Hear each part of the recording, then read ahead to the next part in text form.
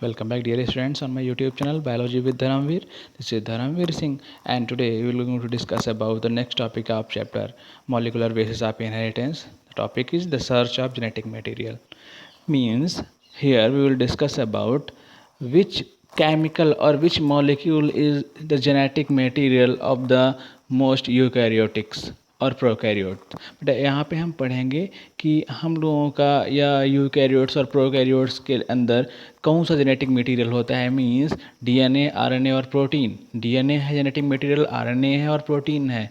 As we learn in our previous topics और previous chapter, Sutton and Boveri proposed chromosomal theory of inheritance. Sutton and Boveri ने chromosomal theory दी थी, उसमें उन्होंने बताया था the chromosomes responsible for the inheritance. Means chromosome parent से offsprings के अंदर आते हैं, और इसको थॉमस हंट मॉर्गन ने 100% प्रूफ किया था ड्रोसोफिला के ऊपर एक्सपेरिमेंट करके, और बताया था कि जो क्रोमोसोम्स होते हैं इनके ऊपर छोटे छोटे बैंड्स के फॉर्म में जीन अरेंज होता है, और यही जीन पेरेंट से ऑफ स्प्रिंग के अंदर आता है।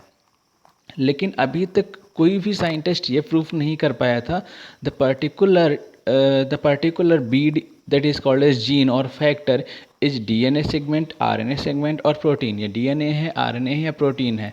तो बेटा यहाँ पे हम ये कंप्लीटली कंक्लूड करेंगे और समझेंगे the genetic material that's come from parents to the offspring is either DNA, RNA और प्रोटीन, कि डीएनए है, आरएनए है या प्रोटीन है। तो इसके लिए सबसे पहला एक्सपेरिमेंट जो किया that is given by Frederick Griffith. सबसे पहला बेटा ट्रांसफॉर्मिंग प्रिंसिपल दिया गया फ्रेडरिक ग्रिफिथ के द्वारा। चलो यहाँ से पढ़ते हैं थोड़ा सा हम लोग। Even though the discovery of nuclein by the Frederick Miescher. बेटा सबसे पहले फ्रेडरिक मीजर ने बोला था inside the nucleus some chemicals are present, and these chemicals are responsible for the transmission of characters from parents to the offsprings, and these chemicals or fluid that is filled inside the nucleus is called as nuclein. Frederick Miescher ने कहा था कि जो nucleus के अंदर field ये chemicals होते हैं इनको न्यूक्लियन बोलते हैं। And the proposition for the principles of inheritance by Mendel were almost at the same time, but that the DNA act as a genetic material took long time to be discovered and proven by 1926. The quest for determine the mechanism for the genetic inheritance and reached the molecular level. Previous discoveries by Gregor John Mendel, Sutton, Thomas Hunt Morgan and numerous other scientists and narrowed the search to the chromosomes located in the nucleus of the most cells. बेटा अभी तक लोगों ने Thomas Hunt Morgan, Sutton, बेवेरी और Mendel ने बता दिया था inside the nucleus there are thread-like structure. Thread-like structures are present and these structures are called as chromosomes. इन्हीं स्ट्रक्चर को हम क्रोमोसोम बोलते हैं। But this chromosomes form in a definite stage. बेटा क्या होता है, पूरी सेल की लाइफ में, सेल की लाइफ साइकिल में क्रोमोसोम्स एक डेफिनेट स्टेज में ही बनते हैं। नॉर्मली हम लोग जब देखते हैं स्ट्रक्चर सेल न्यूक्लियस का, inside the nucleus we see that, one second, inside the nucleus हमने हमेशा ऐसा थ्रेड लाइक स्ट्रक्चर देखा है। This thread like structure is called as chromatin. क्या होता है, ये क्रोमैटिन होता है। ऐसे अभी आपको हम न्यूक्लियस और मॉडल बताएंगे, वहाँ पे सारा कुछ कंक्लूड हो जाएगा। And at the time of cell division, at the time of cell division inside the nucleus this thread like structure converted into the chromosomes. बेटा ये सेल डिवीजन के टाइम पे जो थ्रेड लाइक स्ट्रक्चर होता है ये क्रोमोसोम में convert हो जाता है। ओके, ये क्रोमोसोम में कन्वर्ट हो जाते हैं। Next, chromosome located in the nucleus of the most cells. But the question for what molecule were actually the genetic material. लेकिन अभी तक बेटा ये प्रूफ नहीं हो पाया कि जेनेटिक मटेरियल कौन सा मॉलिक्यूल है, डीएनए है, आरएनए और प्रोटीन है। हैड नॉट बी आंसर्ड, लेकिन अभी तक इसका आंसर नहीं मिला था। और इसका ही आंसर देने के लिए, for the giving the particular answer, the first experiment is done by the Frederick Griffith, that is called as transforming principle, that is called as transforming principle. In 1928 Frederick Griffith in a series of experiments with Streptococcus pneumoniae, Griffith ने बेटा Streptococcus pneumoniae एक bacteria होता है, it is cause the pneumonia disease, जो pneumonia disease cause करता है। तो बेटा क्या किया इन्होंने, स्ट्रेप्टोकोकस निमोनी को लेकर के एक्सपेरिमेंट कराया, उनसे माइस को, रैट को इन्फेक्ट किया। इन्होंने क्या किया, इस एक्सपेरिमेंट के लिए इन्होंने कुछ कॉलोनीज़ को कल्चर मीडिया के ऊपर ग्रो कराया। नॉर्मली कल्चर मीडिया होता है, और कल्चर मीडिया के ऊपर बेटा क्या किया इन्होंने, स्ट्रेप्टोकोकस निमोनी की कॉलोनीज़ को ग्रो कराया। तो जब उन्होंने कॉलोनीज़ को ऑब्ज़र्व किया, सेकेंड, उन्होंने कॉलोनीज़ को ऑब्ज़र्व किया तो उसमें उनको दो टाइप की कॉलोनीज़ मिली बैक्टीरिया की। कुछ तो ऐसी कॉलोनी थी जो स्मूथ थी, बिल्कुल उनका जो आउटर सेल वॉल था बिल्कुल स्मूथ था। लेकिन कुछ ऐसे बैक्टीरिया थे जिनकी कॉलोनी का जो आउटर सेल वॉल था दैट इज रफ, वो रफ था। जो स्मूथ थे उनको एस स्ट्रेन बोला गया, जो रफ थे उनको आर स्ट्रेन बोला गया। और इन्होंने बोला कि स्मूथ, और बताया कि स्मूथ जो बैक्टीरिया हैं, जो स्मूथ स्ट्रेप्टोकोकस निमोनी है, दे आर वायरोलेंट, ये डिसीज़ कॉज करेंगे। क्यों? क्योंकि इनकी सरफेस स्मूथ इसलिए हुई है, दे प्रोड्यूस ए ग्लाइकोप्रोटीन, उन्होंने अपने ऊपर एक ग्लाइकोप्रोटीन और ऐसी प्रोटीन डेवलप कर ली है जो लोग जब किसी भी ऑर्गेनिज्म के अंदर जाएगी तब एक एडवर्स साइड इफ़ेक्ट पैदा करेगी। मीन्स कोई भी बैक्टीरिया हमको तभी इन्फेक्ट कर पाएगा जब उसके अंदर कोई ना कोई एक ऐसी प्रोटीन बनेगी जो हमारे लिए हार्मफुल होगी। Because of some bacterias are useful for us, हमारे लिए कुछ बैक्टीरिया यूज़फुल भी हैं, जैसे लैक्टोबैसिलस लैक्टिस, हम कर्ड के साथ में उसको खा जाते हैं, वो हमको इन्फेक्ट नहीं करता है, बिकॉज ऑफ उसके पास ऐसा कोई प्रोटीन नहीं है जो हमारे लिए हार्मफुल हो, जो हमारे लिए एज ए एंटीजन वर्क करे। इसके पास जो प्रोटीन बना है, इसके पास जो ग्लाइकोप्रोटीन है इसके सरफेस के ऊपर, दैट इज़ एंटीजीनियस फॉर अस, वो हमारे लिए बेटा एडवर्स इफेक्ट दिखाएगा, एज ए एंटीजन वर्क करेगा। क्या किया इन्होंने फिर, ये एस स्ट्रेन को लिया, इसको वायरोलेंट बोलते थे। सेकेंड इन्होंने आर स्ट्रेन लिया और दोनों को चूहे के अंदर इंजेक्ट कर दिया। ठीक है, इसको एक अलग चूहे के अंदर इंजेक्ट किया और आर स्ट्रेन के सॉल्यूशन को इंजेक्शन में भरा, एक अलग चूहे के अंदर स्ट्रेन किया। ये वाला जिसमें एस स्ट्रेन और वायलेंट स्ट्रेन डाला था, जो अपने पर प्रोटीन बना रहा था, उससे चूहा मर गया, लेकिन आर स्ट्रेन से चूहा नहीं मरा। ठीक है, अभी लाइव ही था, जिसमें आर स्ट्रेन डाल दिया था उसके ऊपर कोई प्रोटीन बनी नहीं थी, कोई एंटीजन था नहीं उसके पास, इसलिए वो चूहे को नहीं मार पाया। उसके बाद उन्होंने क्या किया कि ऐसा क्या हुआ कि आर ने नहीं मारा, एस ने मार दिया, शायद प्रोटीन ही ऐसा कर रही थी, प्रोटीन ही मार रही थी। इन्होंने क्या किया, अब एस वाले को एक सॉल्यूशन के अंदर ले करके उसको हीटिंग दी, जिससे वो डेड हो गया, बैक्टीरिया मर गया। मीन्स हीट किल्ड बोला इसको उन्होंने, कि गर्मी दी, जब उसको टेम्परेचर दिया, किसी सॉल्यूशन में भर के टेम्परेचर दिया, नीचे से कुछ जलाया, तो क्या हुआ, वो बैक्टीरिया मर गया। जब वो बैक्टीरिया मर गया तब क्या किया, उसको चूहे के अंदर इंजेक्ट किया। जब मरे हुए बैक्टीरिया, और हीट किल्ड जिसको बोलते हैं, हीट किल्ड को चूहे के अंदर, माइस के अंदर इंजेक्ट किया, तो उस टाइम माइस नहीं मरा लाइव, उस टाइम चूहा डेड था, लिविंग था। लेकिन क्या क्या, हीट किल्ड, फिर इसी हीट किल्ड का जो आर स्ट्रेन था, रफ स्ट्रेन था, जो चूहे को नहीं मार सकता था, हीट किल्ड को रफ के साथ में जब मिलाया, फिर चूहे को के अंदर इंजेक्ट किया, तो चूहा मर जाता है। तो इन्होंने कहा कुछ ऐसा था जो ये हीट किल्ड, जो मरे हुए स्ट्रेन थे, ऐसे स्ट्रेन थे, इनसे आर स्ट्रेन के अंदर चला गया और इस आर को एस में कन्वर्ट कर दिया, इस आर को एस में और वायरोलेंट में कन्वर्ट कर दिया, चूहा मर गया। अभी ये 100% कंक्लूड नहीं कर पाए थे कि हाँ ये पर्टिकुलर जो केमिकल था, इट इज़ DNA, RNA और प्रोटीन। देखते हैं बेटा NCERT ने क्या बताया है। In 1928, Frederick Griffith, in a series of experiments with Streptococcus pneumoniae, this is the name of bacteria, it is also called a pneumococcus. Bacteria responsible for pneumonia disease or responsible for causing pneumonia disease, witnessed a miraculous transformation in the bacteria during the course of his experiment. A living organism, bacteria, has changed in a physical form. Bacteria को एक physical form means colonies में grow कराया।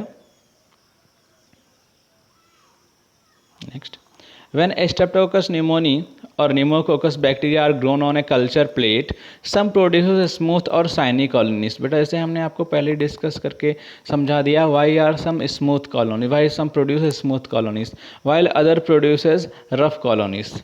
This is because the S strain bacteria have a mucus or polysaccharide coat, while R strain does not.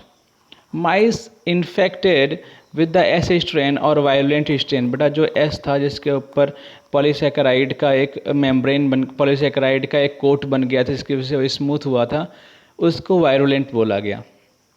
क्या लिखा है, mice injected with the S strain die from the pneumonia, क्योंकि उसको pneumonia हो गया और मर गया। But mice infected with the R strain do not develop pneumonia, लेकिन अगर वो आर स्ट्रेन, जब वो आर स्ट्रेन से इन्फेक्ट किया गया तब उसके अंदर निमोनिया नहीं हुआ। इसका उन्होंने एक सिनेरियो बना के दिखाया, S strain inject into the mice, mice die, R strain inject into the mice, mice live. फिर बेटा क्या करते हैं ये, आगे देखते हैं हम लोग। Griffith was able to kill bacteria by heating them, क्या किया, एस स्ट्रेन को उन्होंने हीट करके मार दिया। He observed that the heat killed S strain, that is called heat killed S strain bacteria inject into the mice did not kill them. अब उन्होंने देखा जब हीट किल्ड को बैक्टीरिया के अंदर इंजेक्ट किया तब वो बैक्टीरिया नहीं, सॉरी माइस के अंदर इंजेक्ट किया तो वो माइस नहीं मर रहा था, because this heat killed unable to produce some specific proteins on the inside the mice that so they are unable to form an antigen, and that's why the mice becomes live. When he inject a mixture of heat killed S and a live R in the bacteria, बेटा वही जो हमने बोला था, heat killed, जो heat killed S थे उनको जो नॉन वायरुलेंट और स्मूथ वाले के साथ में जैसे ही मिलाया तब चूहा मर गया, माइस डाइस, चूहा मर जाता है। फिर देखते हैं, moreover he recovered living S bacteria from the died mice, फिर उन्होंने जब डाइड माइस जो मरे हुए चूहे थे उनके अंदर से एक्सट्रैक्ट निकाला और उस एक्सट्रैक्ट को बैक्टीरियल परमेबल मेम्ब्रेन से फिल्टर किया, फिर देखा जो उसमें बैक्टीरिया मिले थे उनको एस स्ट्रेन वाले थे। He got the bacteria that R S strain, वो एस स्ट्रेन वाले बैक्टीरिया थे। ये तो कह रहे थे कि सारे के सारे एस स्ट्रेन हमने मार दिए थे और मरे हुए एस को आर के साथ में हमने मिक्स किया था, फिर एस स्ट्रेन कैसे आ गए। तब कंक्लूजन दिया ग्रिफिथ ने बोला कुछ ऐसा है और जो है वही जेनेटिक मटेरियल है, कोई केमिकल डीएनए आरएनए या प्रोटीन, तीन में से कोई एक ऐसा है जो एस स्ट्रेन से जो हीट किल्ड एस स्ट्रेन से आर स्ट्रेन में आया और आर को एस में कन्वर्ट कर दिया। ठीक है, आर को एस में कन्वर्ट कर दिया। S strain heat killed injected in the mice, mice live, बेटा जब हीट किल्ड को इंजेक्ट किया गया तो माइस जिंदा था। फिर एस और आर के जब सॉल्यूशन को इंजेक्ट किया गया तो चूहा मर गया। कंक्लूजन क्या दिया, he concluded that R strain bacteria had somehow been transformed, transformation का मीन्स यही होता है कि ट्रांसफॉर्म हो गए, चेंज हो गए by the heat killed S strain bacteria. Some transforming principle transformed from the heat killed S strain had enabled the R to synthesize a smooth polysaccharide coat and become virulent, और बेटा क्या कर दिया, उनको virulent कर दिया। This must be due to the transfer of genetic material, और ये सिर्फ इसलिए हो पाया है कि इन दोनों के बीच में जेनेटिक मटेरियल का ट्रांसफ़र हुआ था। देखते हैं, This must be due to the transfer of genetic material, यह सिर्फ इसीलिए हो पाया कि इन दोनों के अंदर जेनेटिक मटेरियल का ट्रांसफ़र हुआ था। Okay, However, the biochemical nature of genetic material was not defined in this experiment, लेकिन बेटा ये नहीं बता पाए थे the particular genetic material is DNA, RNA और protein. After that experiment that is done by the Avery McLeod and McCarthy in 1933-34, बेटा Avery MacLeod and McCarty ने नेक्स्ट एक्सपेरिमेंट किया, इसमें उन्होंने प्रूफ करने की कोशिश की the particular genetic material is DNA, RNA और protein, that is also called as biochemical characteristics of transforming experiment, कि ये तीन लोग थे, उन्हें ट्रांसफॉर्मिंग एक्सपेरिमेंट के बायोकेमिकल नेचर को एक्सप्लेन किया था। कैसे किया था इन्होंने, prior to the work of the Oswald Avery, Colin McLeod and Macklin McCarthy in 1934 and 33-34, the genetic material was thought to be a protein. बेटा इन्होंने सोचा कि जेनेटिक मटेरियल एक प्रोटीन हो सकता है। They work to determine the biochemical nature of transforming principle in Griffith experiment. बेटा ये क्या कर रहे थे, ये इन्होंने एक एक्सपेरिमेंट किया, एक केमिकल नेचर को जानने के लिए एक्सपेरिमेंट किया। वो कैसे किया समझाने की कोशिश करेंगे। He took 3 टेस्ट ट्यूब, बेटा इन्होंने 3 टेस्ट ट्यूब ली। अच्छे समझना। और इन्होंने इसके लिए 3 एंजाइम भी डिस्कवर किए थे। क्वेश्चंस बहुत इंपॉर्टेंट हैं। इन वन टेस्ट ट्यूब ही field in one test tube ही फील्ड प्रोटीन। पहले में बेटा इन्होंने प्रोटीन सॉरी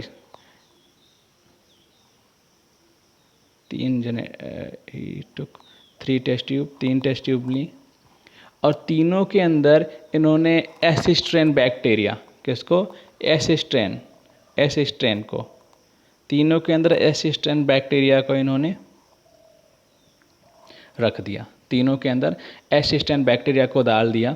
उसके बाद क्या करते हैं, एक एक ये ए थी, ये बी थी, दैट इज सी 3 इन्होंने टेस्ट ट्यूब ली थी और तीनों के अंदर सॉल्यूशन किसका रखा, एसिस्ट्रेन बैक्टीरिया का। मीन्स ये बैक्टीरिया को अगर चूहे के अंदर इंजेक्ट करेंगे तो चूहा मर जाएगा, 100% चूहा मर जाएगा। आगे देखते हैं अब क्या हुआ। ओके, पहले में बेटा इन्होंने प्रोटीएज डाला। ठीक है, पहले में प्रोटीएज वो एंजाइम होते हैं जो प्रोटीन को प्रोटीएज वो एंजाइम होते हैं जो प्रोटीन के स्कैटरिंग प्रोटीन को डिसोल्यूट कर देते हैं, या कह सकते हैं प्रोटीन्स को मार देते हैं, प्रोटीन्स को ख़त्म कर देते हैं, टोटली डाइजेस्ट कर देंगे सॉल्यूशन से। इन्होंने प्रोटीन को डाइजेस्ट कर दिया टोटली। जितनी भी प्रोटीन्स बनी हुई थी, जितनी भी प्रोटीन बैक्टीरिया ने बनाई थी, सारी के सारे प्रोटीन को डिस्ट्रॉय कर दिया और फिर इसका इंजेक्शन भरा और चूहे के लगाया तो चूहा मर गया।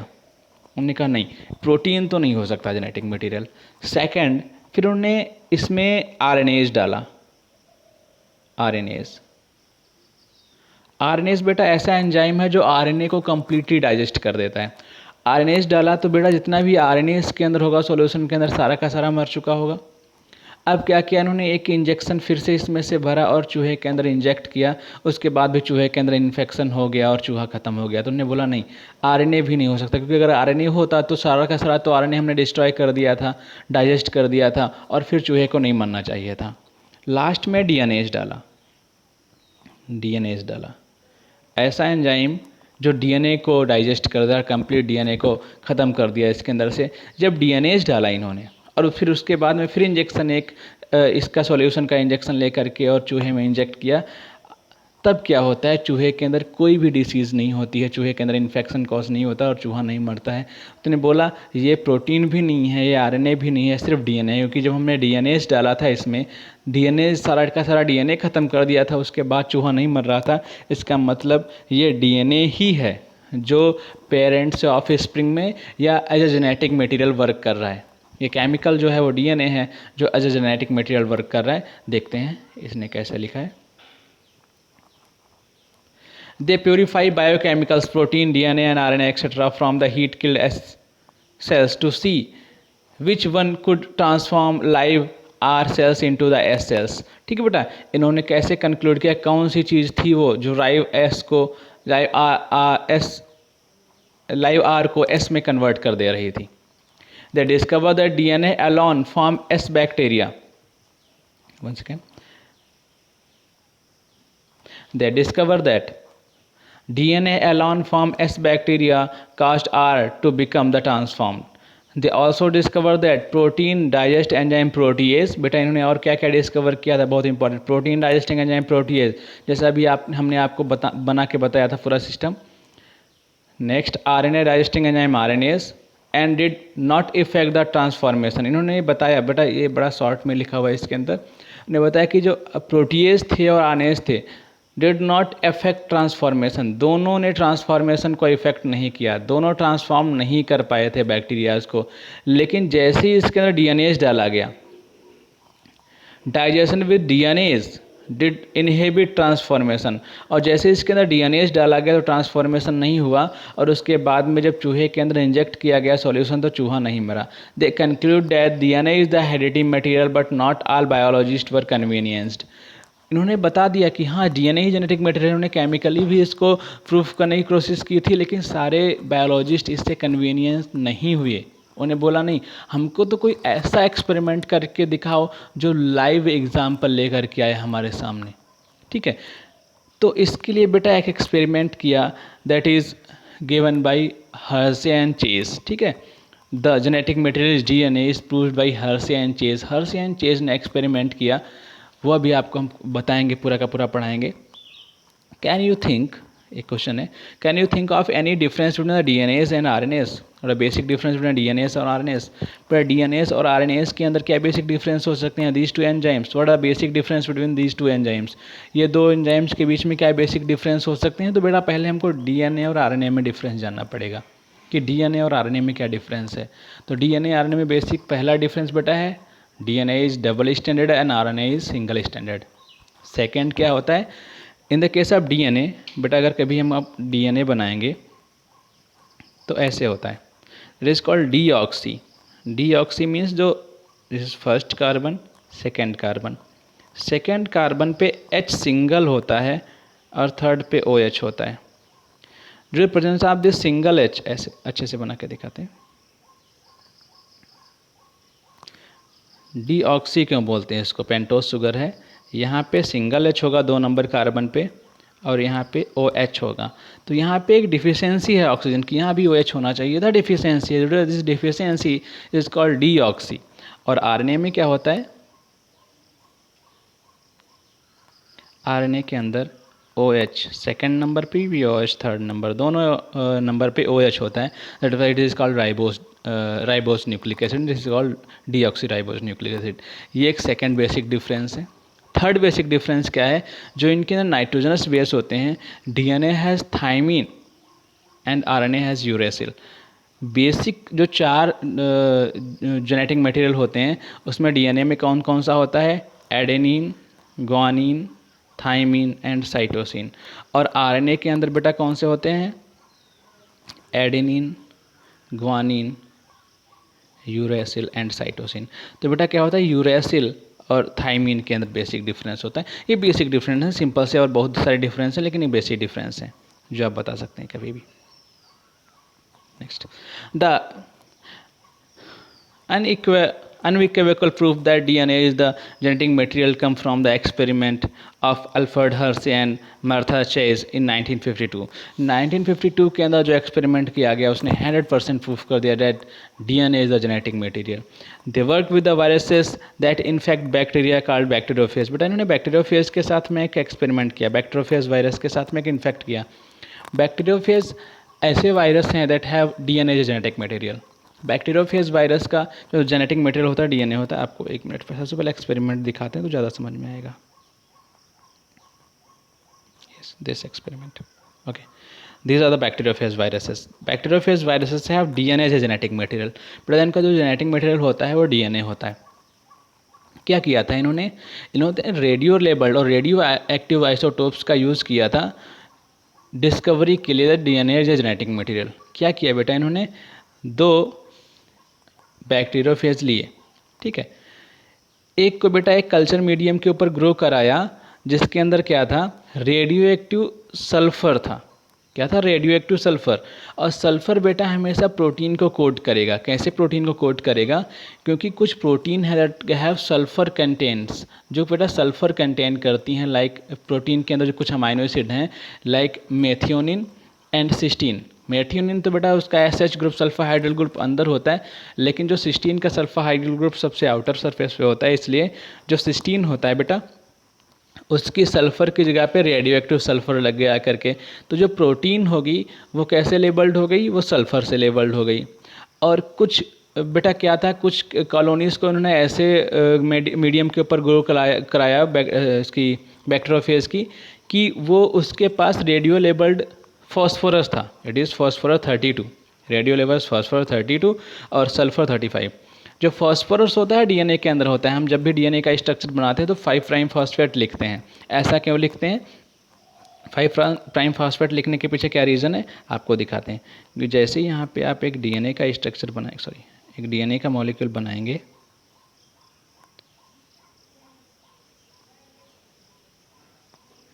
एक तरफ बेटा उसके कोई ना कोई नाइट्रोजनस बेस होगा और सेकंड यहाँ पे C से लगा हुआ PO4 होता है, H3PO4 फॉस्फेट ग्रुप, ठीक है, फॉस्फेट ग्रुप होता है। ठीक है। फॉस्फेट ग्रुप होता है, ये कंप्लीट एक डीएनए का एक न्यूक्लियोटाइड है, सिंगल न्यूक्लियोटाइड, यहाँ पे OH यहाँ पे H, डीएनए का सिंगल न्यूक्लियोटाइड है। तो बेटा होता क्या है, ये फॉस्फेट की प्रेजेंस की वजह से क्या हुआ, जो डीएनए था वो फॉस्फेट से लेबल्ड हो गया, और जो प्रोटीन था वो किससे लेबल्ड हो गया, वो सल्फर से लेबल्ड हो गया, और दोनों रेडियो लेबल्ड थे, मीन्स रेडियो एक्टिव थे। ऑटो रेडियोग्राफ में जब हम देखते तब हमको प्रोटीन अगर है तो यहाँ पे पता चलता है हाँ ये प्रोटीन सल्फर है और यहाँ पे फॉस्फेट है। क्या हुआ फिर देखते हैं। फिर बेटा दोनों वायरसेस से बैक्टीरियोफेज से बैक्टीरिया को इन्फेक्ट कराया, ई कोलाई को इन्फेक्ट कराया इन्होंने। तो क्या करेगा बैक्टीरिया, सॉरी ये बैक्टीरियोफेज वायरस क्या करेगा, जैसे ही बैक्टीरिया के ऊपर अपने पिंस को अपने आप को अटैच कर लेगा, और अटैच करने के बाद अपना जेनेटिक मटेरियल बैक्टीरिया के अंदर छोड़ देगा। ठीक है बेटा, अपने आप को वायरसेस क्या करते हैं, अपने आप को सेल्स या बैक्टीरियल सेल्स से अटैच कर लेते हैं और अपना जेनेटिक मटेरियल अंदर की तरफ डाल देते हैं और खुद बाहर की तरफ निकल जाते हैं। इन्फेक्शन के बाद बेटा क्या किया गया, इनकी ब्लेंडिंग कर दी गई। इन्फेक्शन हुआ उसके बाद ब्लेंडिंग कर दी गई, मींस ब्लेंडर से, या मान सकते हैं इनका सेंट्रीफ्यूज इतनी ज़ोर से इनको हिलाया गया कि जब इनका जेनेटिक मटेरियल अंदर चला गया तो जो बैक्टीरियोफेज वायरस थे वो बैक्टीरिया से अलग हो गए। और इसके बाद जो बचा हुआ, ठीक है, सेंट्रीफ्यूगेशन बेटा किया गया और सारे वायरसेस की कॉलोनी इनसे अलग हो गई। प्रोटीन कॉलोनी जो बची, प्रोटीन कोड जो बचा अलग कर लिया गया।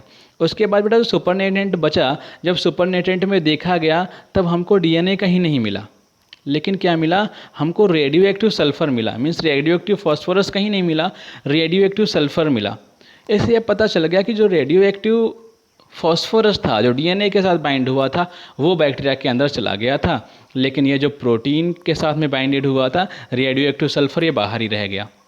तो हर्शी एंड चेज ने कम्प्लीटली प्रूफ कर दिया कि डीएनए हमेशा एक पेरेंट से दूसरे ऑफस्प्रिंग के अंदर जाता है, ना कि प्रोटीन जाता है। मीन जेनेटिक मटेरियल डीएनए है ना कि आरएनए है। ठीक है, अगर ये प्रोटीन अंदर चला गया होता, अगर प्रोटीन हमको जो बचा हुआ सुपरनेटेंट या सोल्यूशन है, अगर उसके अंदर हमको ये सल्फर नहीं मिला होता तो हम जान जाते कि प्रोटीन था। लेकिन यहाँ पे सल्फ़र तो हमको बाहर ही मिल गया, मीन्स बैक्टीरिया के अंदर सल्फ़र नहीं गया। सल्फ़र नहीं गया इसका मीन्स क्या है, प्रोटीन नहीं गई। लेकिन क्या चला गया, यहाँ पे फॉस्फोरस चला गया। फॉस्फोरस गया है अंदर, मीन्स डीएनए चला गया है, क्योंकि यहाँ पे हमको जो सुपरनेटेंट बचा हुआ है वहाँ कोई भी रेडियो लेबल्ड फॉस्फोरस नहीं मिला है। अच्छा देखते हैं, थोड़ा सा पढ़ के देखते हैं क्या बताया था हमको हर्शी एंड चेज ने। बहुत इंपॉर्टेंट बेटा, बहुत सारे क्वेश्चन आते हैं यहाँ से। The unequivocal proof that DNA is a genetic material come from the experiment of the Alfred Hershey and Martha Chase. They worked with viruses that infect bacteria called bacteriophage. वो virus जो bacteria को infect करते हैं उनको हम bacteriophage बोलते हैं। और एक बात माइंड के अंदर रखना, keep in mind that this bacteriophage have the DNA as a genetic material.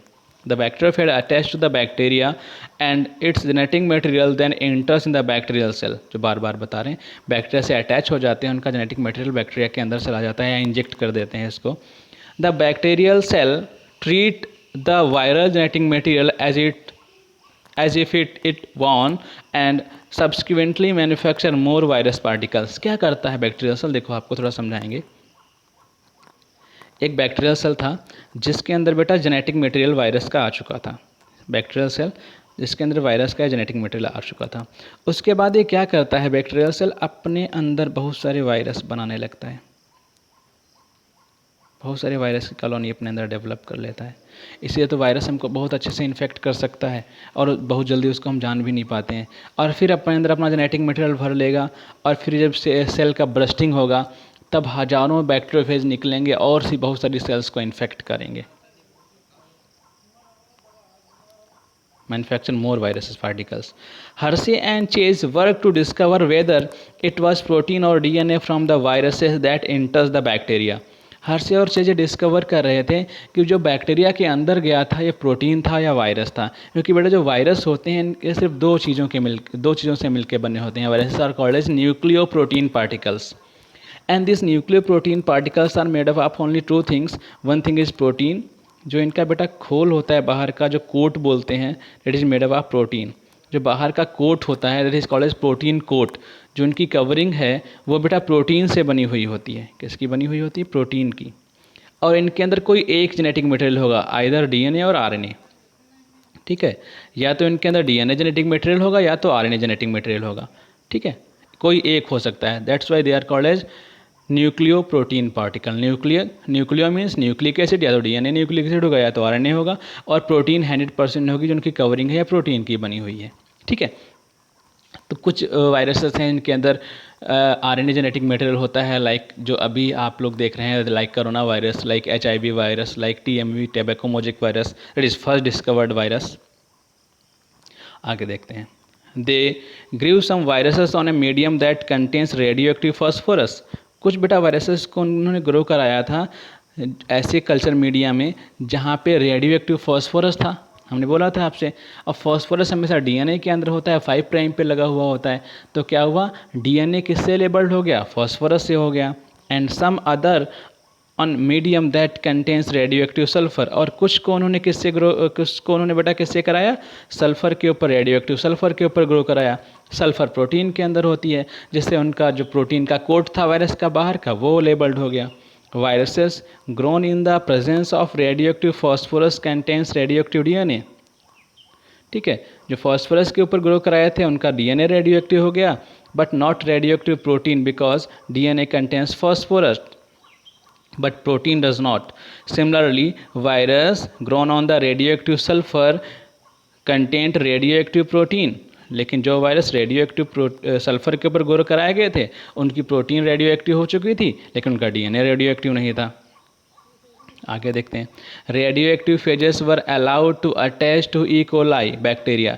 अब बेटा क्या किया गया, यही जो रेडियो एक्टिव वायरसेस थे इनको निकाला गया और बैक्टीरिया के ऊपर डाल दिया गया कि बैक्टीरिया को इन्फेक्ट करें।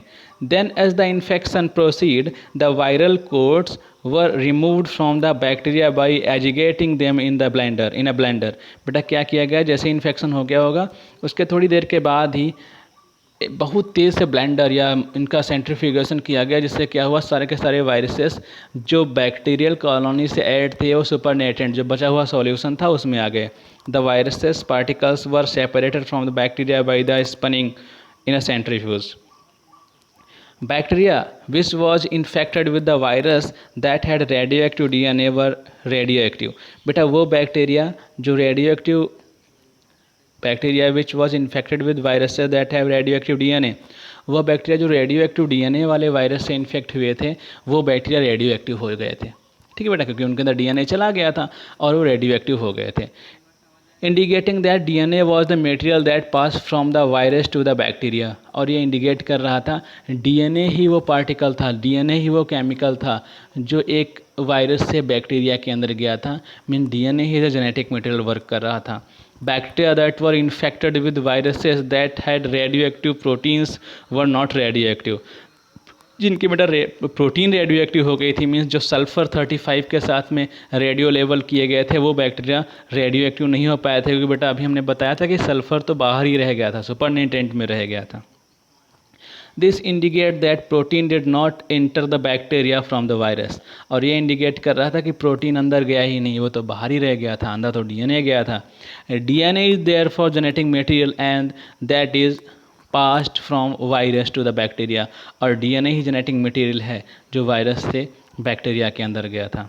और के this experiment is done by Hershey and Chase. बेटा ये एक्सपेरिमेंट हर्शे और चेस ने दिया था। सो आई थिंक ये वीडियो आप लोगों के लिए हेल्पफुल रहेगा। हमारे वीडियो को लाइक करिए, चैनल को सब्सक्राइब करिए। Okay, thank you dear students.